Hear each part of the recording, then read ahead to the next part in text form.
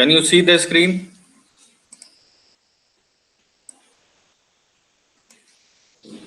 Hello?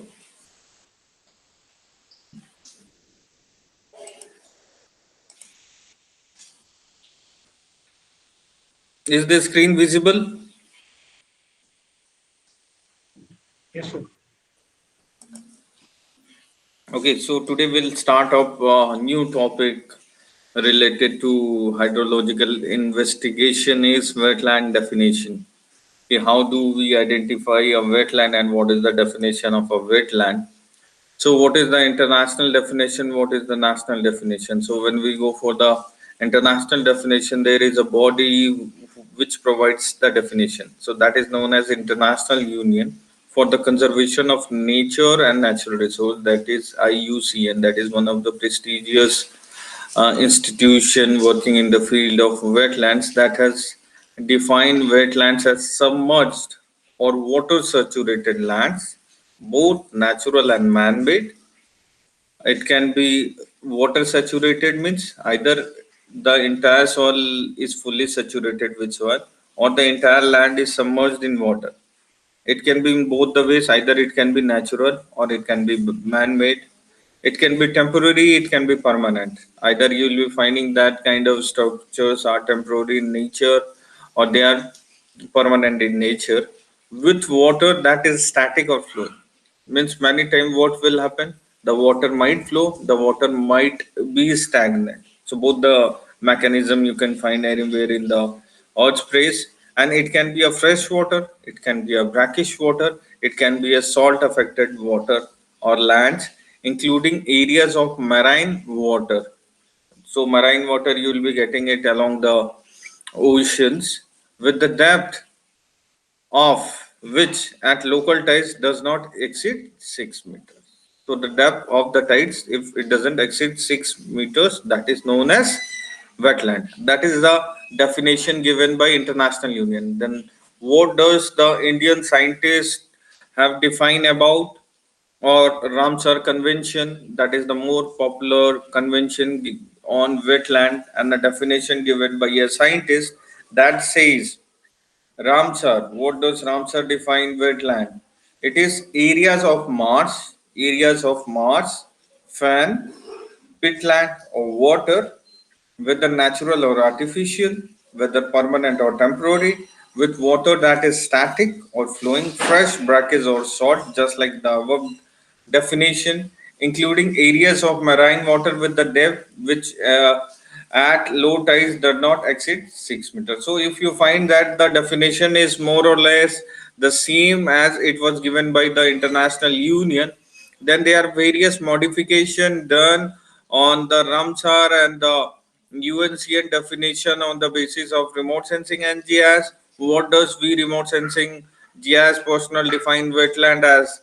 We define wetland as all submerged or water saturated land, natural or man-made, inland or coastal, permanent or temporary, static or dynamic, vegetated or non-vegetated, which primarily or necessarily has a land-water interface. So it's the best definition out of which we can say that the remote sensing, if I go with all the three definition, these were most easiest to understand, that we are talking about the lands that are submerged in water, then that is natural man-made. Inland, it can have in inland, you can have in coastal, it can be temporary, it can be permanent, it is flowing, it is dynamic, stagnant, vegetation, without vegetation, and land and water departments have stated that. So what does ecosystem services provides by the wetlands? What does the services this wetlands provides? So this why it's important for preservation of this wetlands. So you can see that ecosystem, if you preserve the wetlands, it will help you to stop flood and drought in that area, and it will have a self purification. The water quality will improve, the health facility will be high, you will have proper navigation for various kinds of transportation, aquatic habitats will be good, you will have fertile lands, you will have good water supply, you will have fresh irrigation crops, proper woods, fiber, hydropower generation will be there, then you can see that it has got all the cultural, all the regulative, all the resource provision that helps or that has the capacity of being preserved. So what does it does? It helps. What is the function of a wetland? It helps to store the water. It helps to protect the land from flood. It helps shoreline stabilization. It helps groundwater recharge and discharge. Then it helps in water purification. It helps in retention of sediments, nutrients, and pollutants. Then it also have a balance of the local climate, what you're talking about. What are the values? The values are it provides a water supply, maintenance of the quality of water is very good. It provides so good kind of fisheries can be developed in that area because the water table is high. That's why the agriculture will be also good. Then you will have proper grazing lands for the animals. You will have good timber production. You will have good energy resources, wild resources. And if all those resources are good enough, so you will attract tourism and recreation will be taking place in that area. And finally you will have a biological diversity in that area with cultural heritage. So you can see that if we conserve this wetland, that is of great value to the environment, to the atmosphere. So the first scientific national inventory of wetlands in India was carried out by ISRO in 1992-93 using IRS data of 1992 and 1993 on the leadership or the mentorship of Ministry of Environment and Forest, Government of India. Thereafter, various mapping has been done by the various agencies and various methods have been coming up. And with this, a new inventory has been taken up by Government of India, whose prima facie or whose purpose or whose objective is to generate the wetland inventory and assessment on a scale of 1 is to 50,000 using multi-temporal satellite data sets. So whenever we are talking about any resource, we have to deal with those resource. We have to see its merits. You have to see its demerits, and finally you have to have a objective defined on the basis of the resource gap that the government has analyzed, and thereafter we'll be doing this inventory for the wetland conservation mapping and monitoring. So, what are the detailed objective of the present study? That is wetland mapping and inventory on 1 is to 50,000 scale using IRS least 3 data for the pre and post monsoon season. Then creation of digital database in GIS environment will be digitizing all the layouts in the GIS, and then we'll be creating a digital geo database. Then preparation of statewide wetlands atlases, that what is the current status of your state. Each and every state must be knowing about its wetlands. So those reports will be sent to respective state department and the respective department so that they can take appropriate measures for its conservation, mitigation and management. And development of query cell for information retrieval. So, wetland classification system was based on the definition provided by IUCN and RAMSAR convention that says that the classification system is based on RAMSAR convention definition of wetlands, which provides a broad framework for delineating the wetlands with the help of remote sensing and GIS. We have already discussed.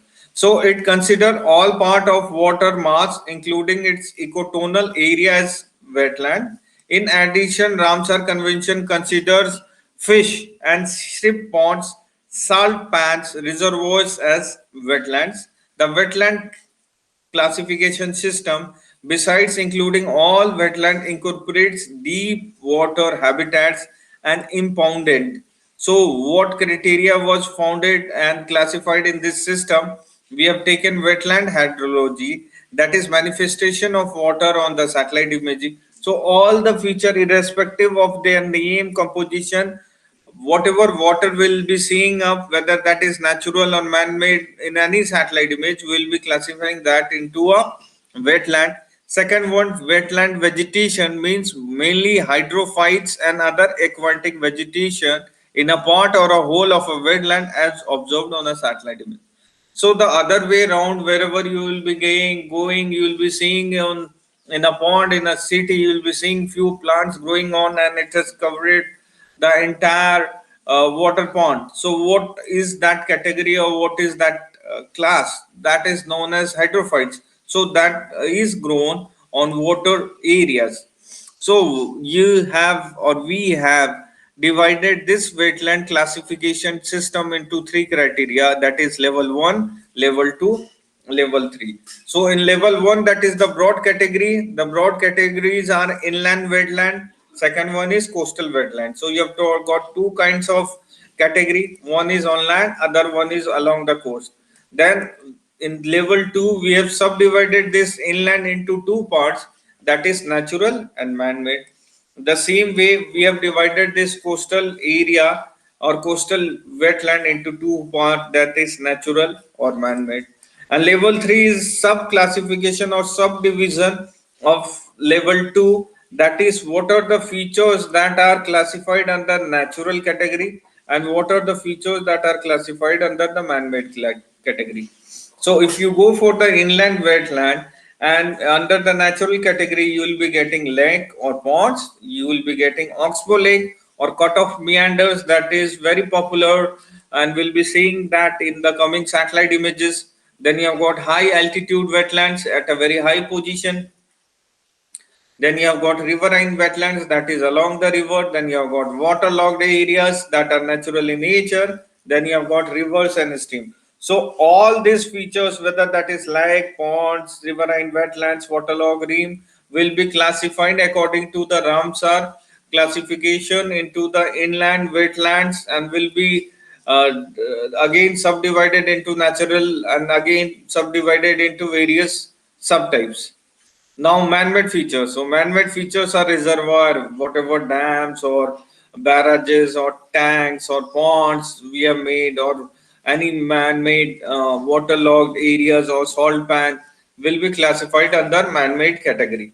Now comes to the coastal wetlands. What are the categories that are founding or that are occurring in natural category? That is lagoon, creek, sand oblique beach, then intertidal mudflat, salt marsh, mangroves, coral reefs. This all will be classified under the category natural under coastal wetland, and man-made salt pond and aquaculture pond. So you can see that some of the satellite images, how these wetlands are seen on a satellite images, and hydrophytes plant. So you can see that this is a lake and this is the surrounding water body. So you can see that how this looks like. Can you see this black dot, or this black area is representative of water, but over it you can see a very pinkish in nature, smooth in texture, and some repetition pattern is somewhat smooth, and you can see that the entire water is covered with some kind of a vegetation. So if you go into the field, you will be seeing such kind of plantation or hydrophytes, aquatic plants grown over the water. So many times this entire area will be covered with this hydrophytes. So you have to identify this. In the same way, you see this is a figure of Gujarat, where you can see that this is a dam where the water can be seen in black and blue in color, and in downwards you can see pre and post monsoon ki how the area of wetlands are changing prior to monsoon and post monsoon. So satellite remote sensing provide you the best method through which you can get the exact location, exact volume, exact area of water of wetlands, and each and every features that are associated with water body. Then secondly, you go here, this is the Udwa Lake Bird Sanctuary, Jharkhand. So you can see this water body is being covered prior post monsoon, and this is pre monsoon. So when there is a post monsoon means heavy rainfall, so this hydrophytons goes down. But pre monsoon, because the water table is reducing, the water is reducing, so you will be seeing some kind of grasses or some kinds of scrubs that are grown or that occur near to the or on the surface of the water body.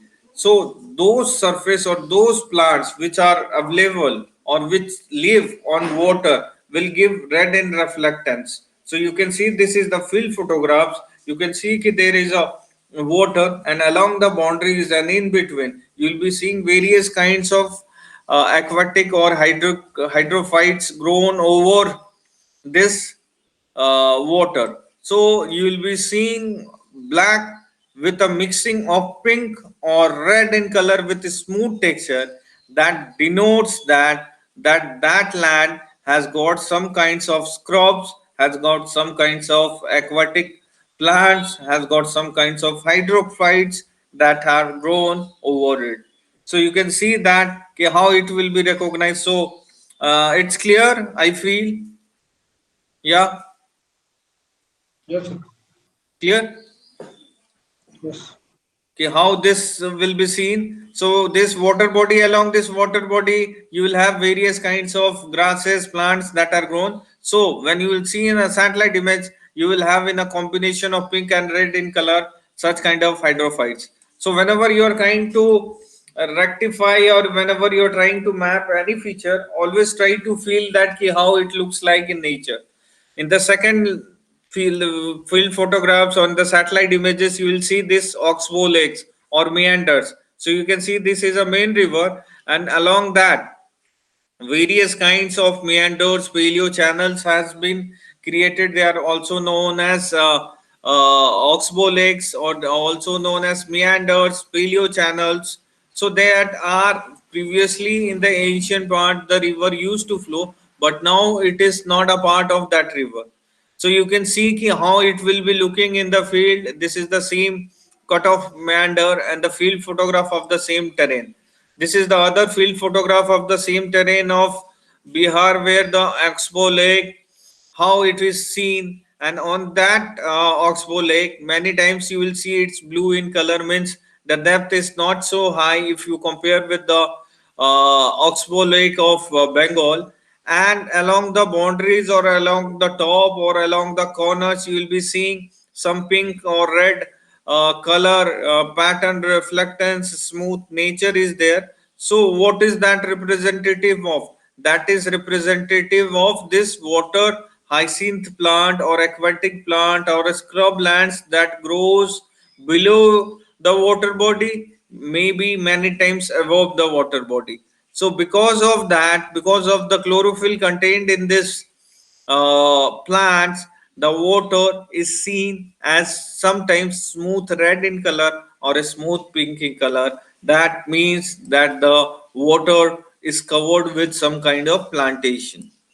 Then this is called a high altitude. You have seen that we have said high altitude wetlands means the lakes that are at very high altitude, like Pangong Lake. Now, recently there was a fight between India and China along the Pangong Lake.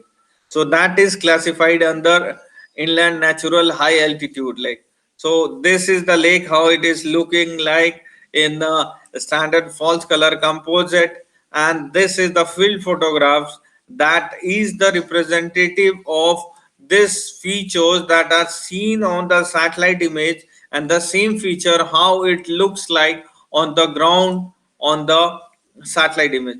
So field photographs, field verification, field knowledge is very important to get your area map, to get 100% accuracy in interpretation, to get good quality of results. Then next against, what do you mean by riverine wetlands? So you can see that these are the wetlands surrounding the Jhelum Rill, Jammu and Kashmir. So you will be getting along the West Bengal, along the rivers, you will be getting some wetlands. So those wetlands you can see again is covered with water hyacinth plants. So that are known as riverine wetlands that are along the rivers, and how it will be seen on a satellite image. Now, waterlogged areas that are very common in Gujarat, very common in UP, very common in Bihar. So you can see the satellite image, how this area looks like, how this area is classified, and generally you will be finding in the terrains that have canal irrigation system, or that are having low altitude, or that are having sandy soil, that are very common in those areas. And in between this water, again you will be finding this water hyacinth plant and scrublands in between or along the boundaries. Getting it? Yes. Yes, sir. Again, we'll be classifying that this is all the categories that we have classified in terms of inland wetland, man-made wetland, coastal wetland, and that we have classified natural and man-made. Now, how do you see in a satellite image? We are seeing that because if we talk about water, that is a regional feature. So the only information through which you can get a regional information with a real time 100% accurate data is remote sensing data. So until unless you are not seeing the data using synoptic overview or having a holistic overview, you cannot have a better understanding of that area. Now, by seeing the satellite image, I can easily identify the areas, what are the area under water, what is the area under sand. Okay. So this is a satellite image of Assam, that is post monsoon, and this is pre monsoon. So you can see the change in the river. You can change in the direction of the river. You can change it, see in the volume of the river, and they are the big mega rivers that is flowing thousands of kilometers in the field. So the real information of this migrating rivers, this changing rivers, the volume of the rivers can be evaluated pre and post monsoon using satellite remote sensing. Next, on the right hand side, you can see Tamil Nadu. Again, you will be seeing a river having a good amount of water that is flowing. And if you stand somewhere, you cannot see the other portion. But by seeing a satellite image, you can see that thousands of kilometers of information. Now we can see each and every feature. I can see, and I can have a nearly 90 to 100% accurate map without going into the field. But it was not possible if I didn't have any satellite images. So that's why satellite image is very important for mapping, monitoring of this wetlands, and the same field and the same feature will be going into the field and will be verifying it with limited checks. So you can see that this is a main river, and along the main river you have got some streams. So this is the sub streams where you can see that few portions are doing some kind of fisheries. They're catching fish, and that is the location where the main river is attached. So you can see that in post monsoon there is a good amount of rainfall, but pre monsoon the number of rainfall or the volume of water decreases in this river, and you can see the white is the riverine sand. Then it comes to man-made. This all were natural. Now we'll be going into the man-made. Man-made. Whenever we say reservoir, we say tanks, we say ponds. So you can see whenever you see a straight line with a difference pattern than the normal river. Normal river is generally not having this much of sharp boundaries with a straight line denoting that that is a dam that has been constructed. So whenever you will be seeing such kind of feature in your satellite image, you straight away you can say कि this is a man-made reservoir, that especially dam. So you can see this is Tenughat reservoir in Jharkhand, and then this is Tawa reservoir in Madhya Pradesh. Then this is the volume that was during pre-monsoon, and again you can see during post-monsoon. So during pre and post, you can have a real time analysis ki whether the water table or the volume of water is high, low, whether the capacity is increasing, decreasing, where siltation is high, then you have to create and reduce this siltation. So such kind of analysis, such kind of research can be easily done using this satellite remote sensing. So you can see how the reservoirs are looking in the satellite images. On the right hand side, you will be seeing man-made salt ponds. So whenever we talk about reservoir, that is reservoir is man-made, whereas the other features are natural in nature. Then you've got inland man-made salt pan. So you can see this salt affected lands, and in between they are made a pan. So you will be seeing such they have created a bund, and that they are storing the water. So you will be seeing such storage of water, and over the period they will be extracting the salts from it. So that are very popular and common in Kutch of Gujarat. So Meet Katoja must have visited such places. Meet, have you visited such salt plants in maybe Gujarat or Rajasthan? Have you seen any salt plant? If not, no issues. We'll going to our research center that we have at Sambar Lake, and we'll be seeing that. Then you have got these salt pans along the coastal valleys in Tamil Nadu's. Then you have got inland man-made tanks and ponds. What are those tanks and ponds? We'll be seeing it.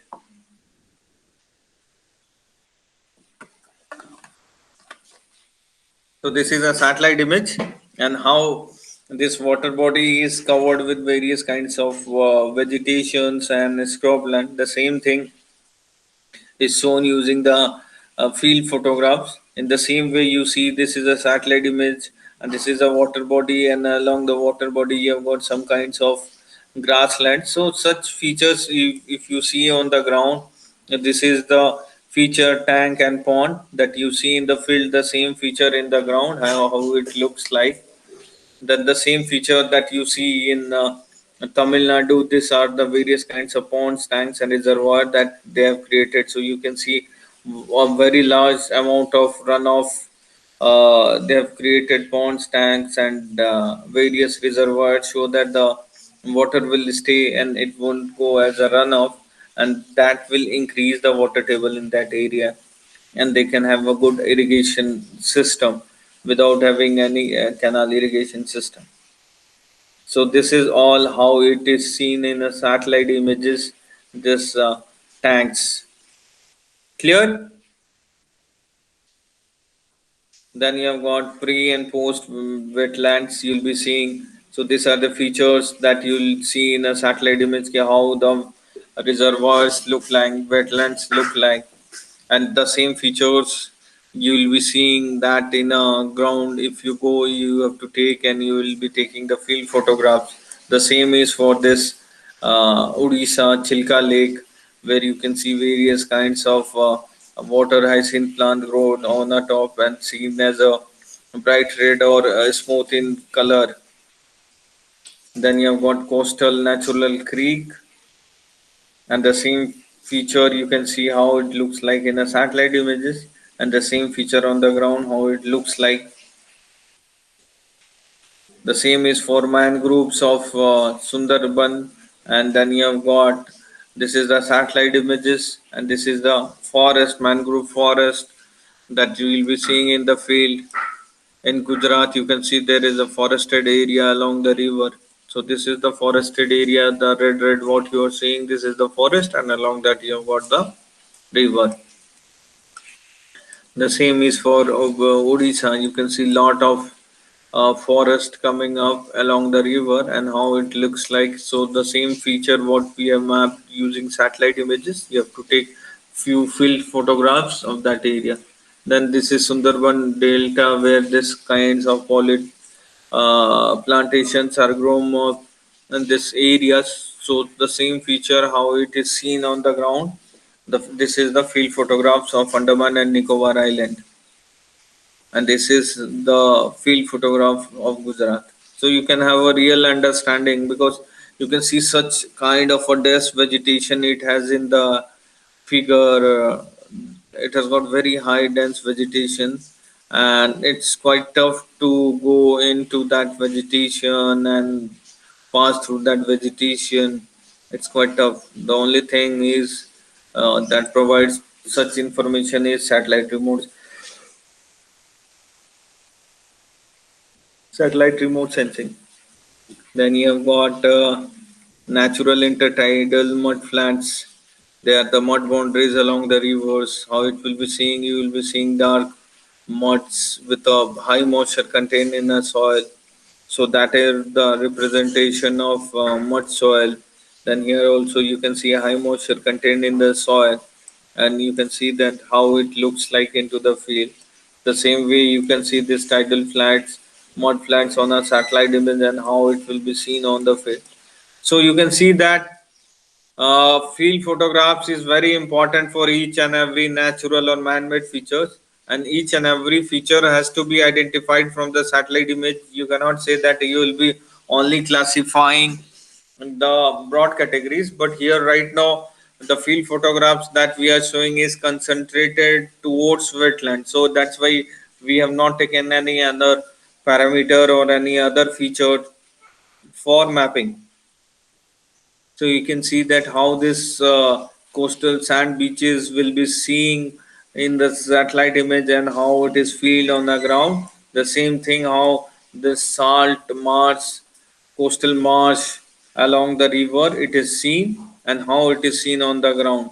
So all such field photograph has to be taken for those beaches in order to have a better understanding of the shoreline changes that are being happened in those areas. Then you've got aquaculture ponds in West Bengal that along the rivers they do stay in these boats and do various kinds of plantation, do various kinds of fishery farming practices. So such farming practices can be easily seen and they are known as aquaculture ponds. So these were the few satellite images with field photographs for those categories that we are going to map using this wetland classification scheme. Any problem with any of the categories? No. Okay. Can we move? Yes, yes. So, a spatial database comprises of 8 spatial layers pertaining to wetland was designed and organized. So, until unless you can see that when I was showing the satellite image, each and every satellite image was more or less related to water, but their signature was different. Their geographical location was different. Their reflectance was different. So only by seeing a satellite images, if you are going for any kind of interpretation, many time you will have a bluff category you will be mapping it. So you must know the basic understanding of that area. You must read papers on that topic.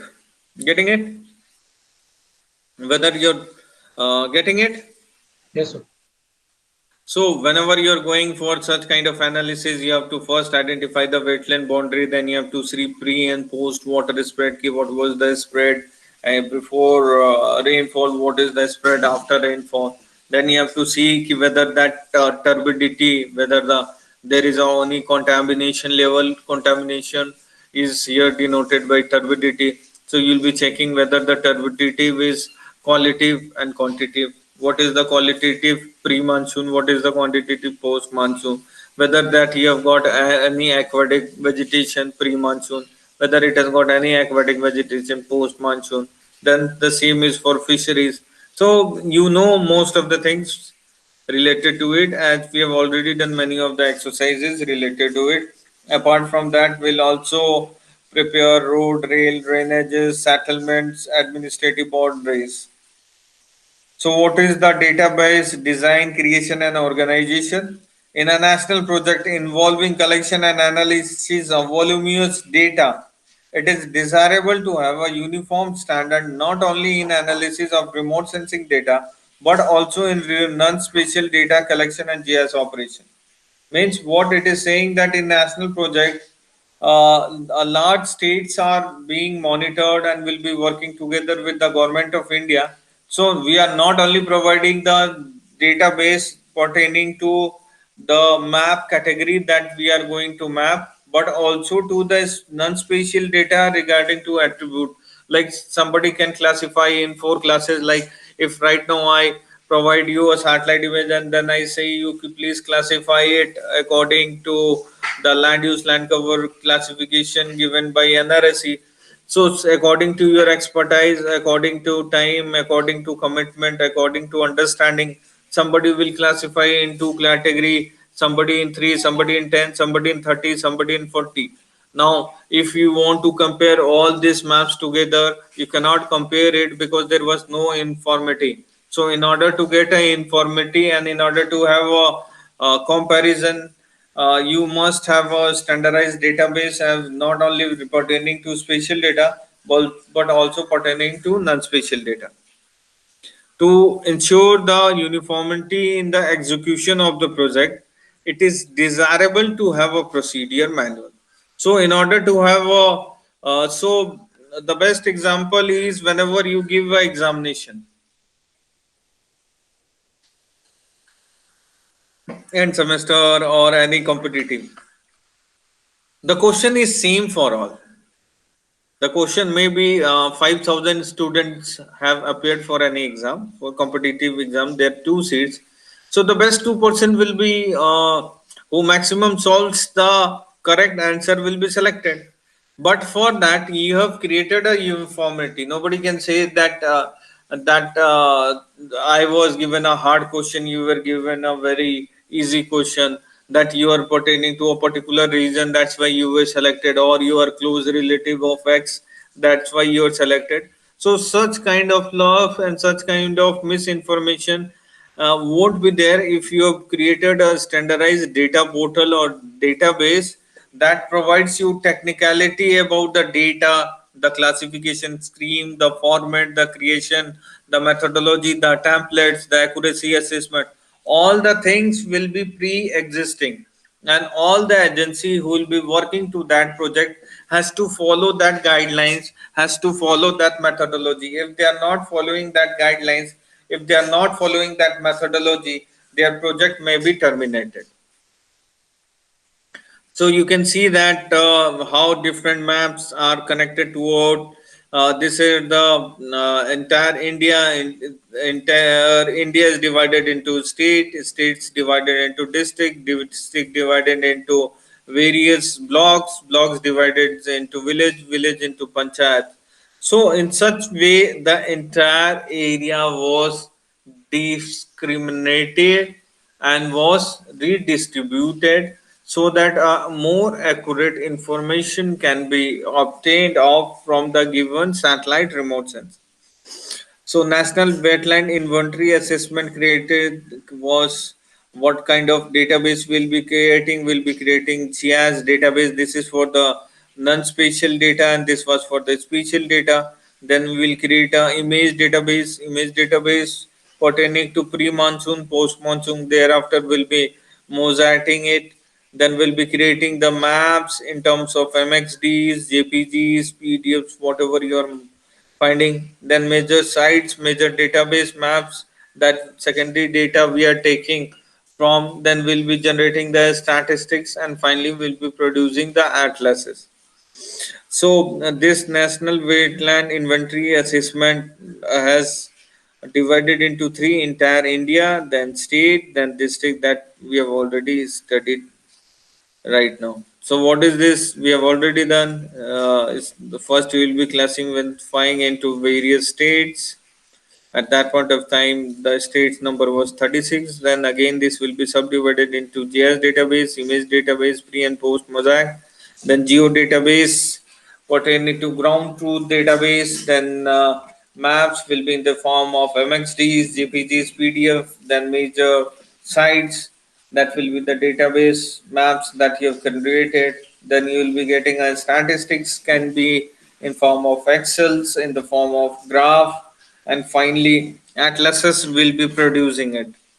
So in this GIS database will be preparing wetland boundary, then we'll be preparing wetland pond boundary, then we'll be preparing wetland pre-monsoon, post-monsoon, then district boundary, roads, railways, drainages, drainage, settlement, a canal. All such structures will be aligned together to get a national standardized spatial data framework for digitization, for creation of such maps. So you can see that the how the entire area has been discriminated or divided into various zones, and at last all these zones will be uploaded into the website of government of India. So you can see that this is the GIS database portal where you will be doing all this state wise collection. You will be creating this all GIS data maps, Excel, and finally this will be given to the users for their use. So, what are the themes that we have identified and from which data you will be getting it? So, wetland boundary, the theme name was wet BND, the key code was wet code, and the source was using satellite images. Then wetland pre monsoon water spread, then wet PR boundary, wetland code, wetland RS data. The same is wetland post water spread, wetland PO BND, that is wet code RS data. Then aquatic vegetation pre and post, then turbidity pre and post, then wetland pre and post, drainage lines, drainage polygons, road, railway, settlements, canal. They are the key field coordinates as per an natural resource management database. And thereafter, you can get such information from NIRS, NIRDB on a scale of 1 is to 50,000. All such information can be obtained, but nowadays we are using the high resolution satellite data for getting this all features to be seen and mapped using these free data sets.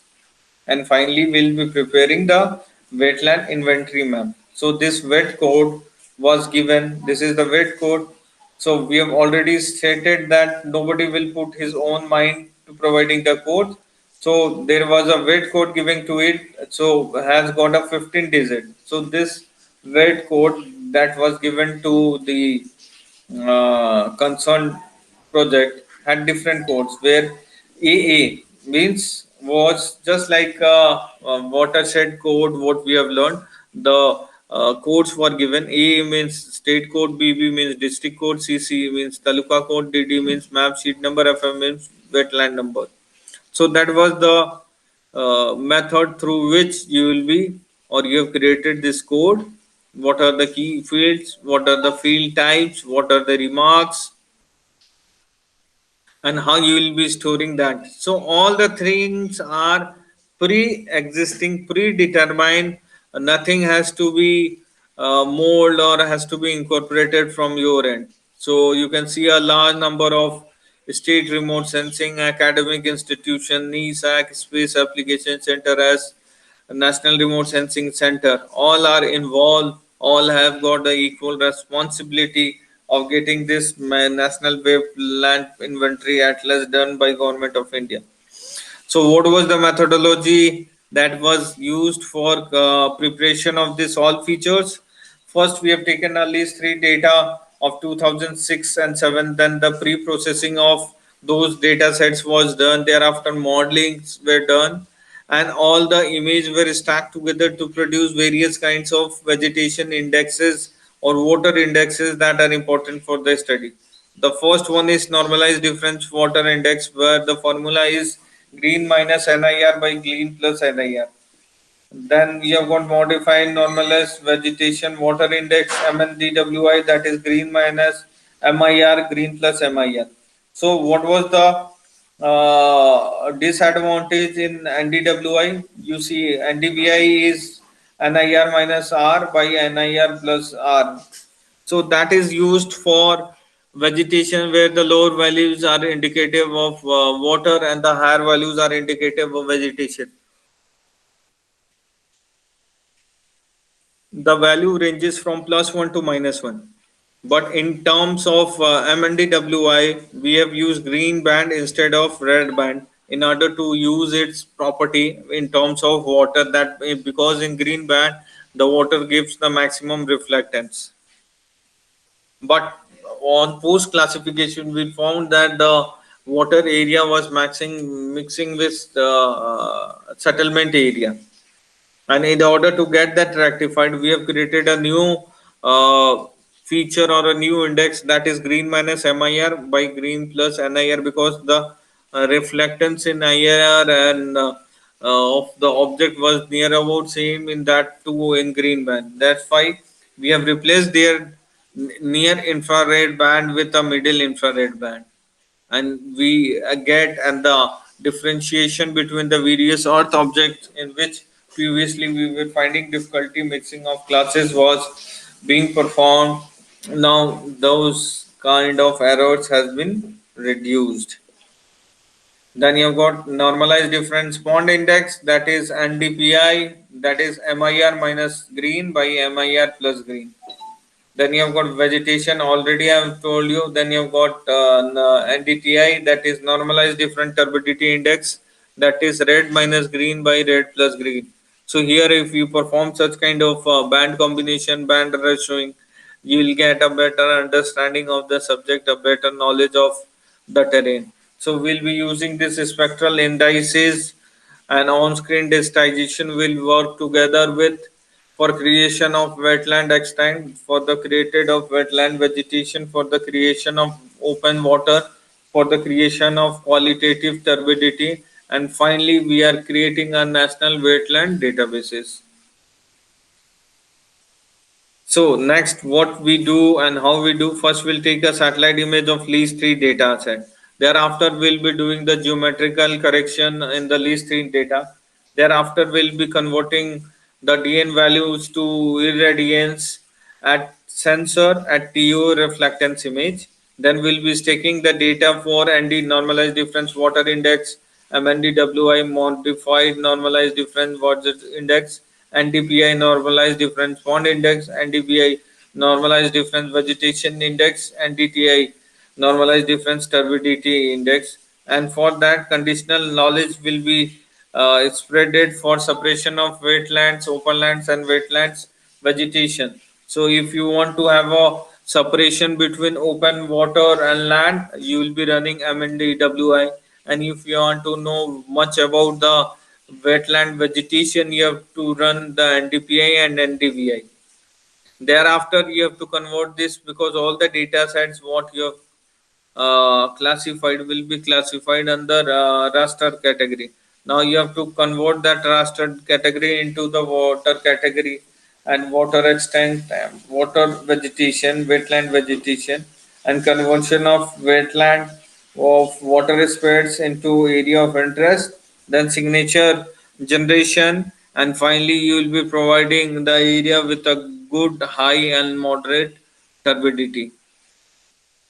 And once you have done that, you'll be operate again converting that into the raster to vector into turbidity class, and attribute attention updation will be performed, and finally on-screen digitization activity will be done for the creation of this spatial database. So indices that are used for, this is the last slide that we'll be doing today, and tomorrow again we'll come up with this all formulas in detail. One is normalized difference water index NDWI, where the formula is green minus in near infrared by green plus NIR. Then you have got normalized difference water index, that is MNDWI, green minus MIR by green plus MIR. Then you have got normalized difference vegetation index, that is NIR minus red by NIR plus red. Then you have got normalized difference pond index, that is MIR minus green by MIR plus green. Then you have got turbidity index, that is red minus green by red plus green. And this you can see how this is the standard false color composite, and how using different indices the same feature is going to look alike. And for today I think that it's more than enough for today's class.